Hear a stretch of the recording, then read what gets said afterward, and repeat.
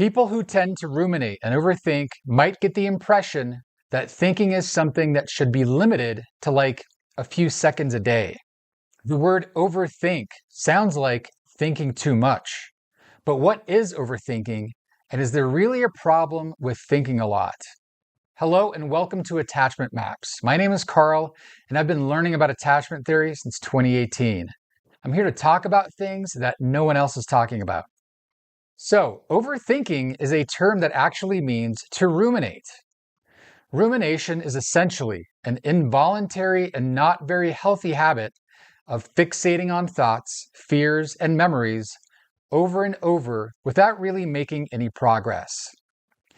It's a kind of mental trap, the illusion of trying to fix a problem without actually getting anywhere.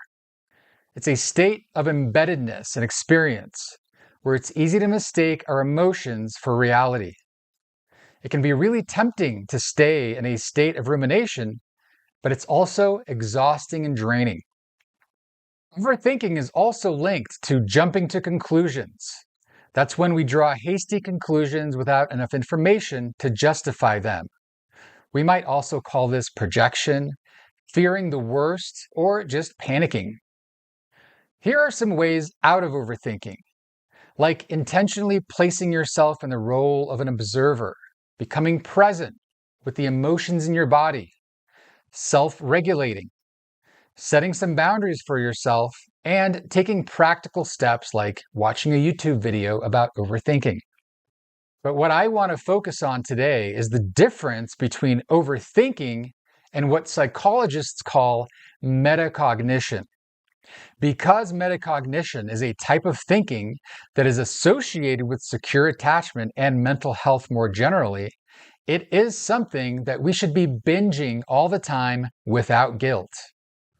Instead of a trap, metacognition is a tool for more mental awareness, deeper connection, and freedom.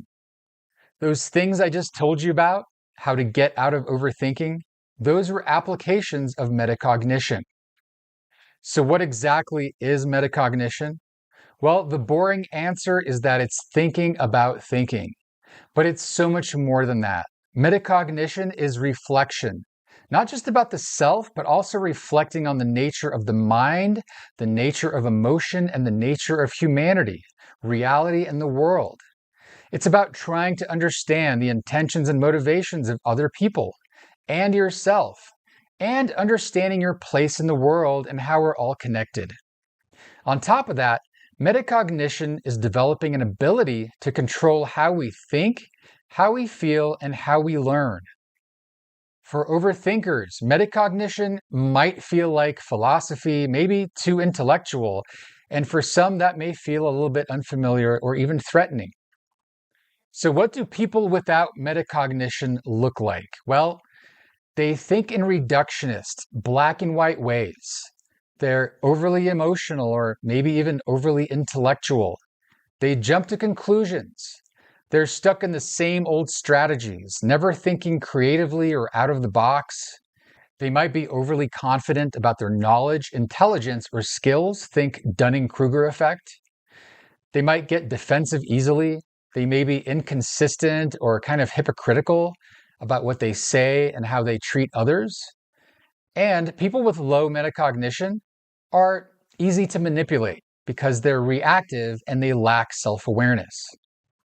So to summarize, overthinking, not very healthy and should be limited. Metacognition is amazing, and it's about higher levels of thinking, reflection, and self-control.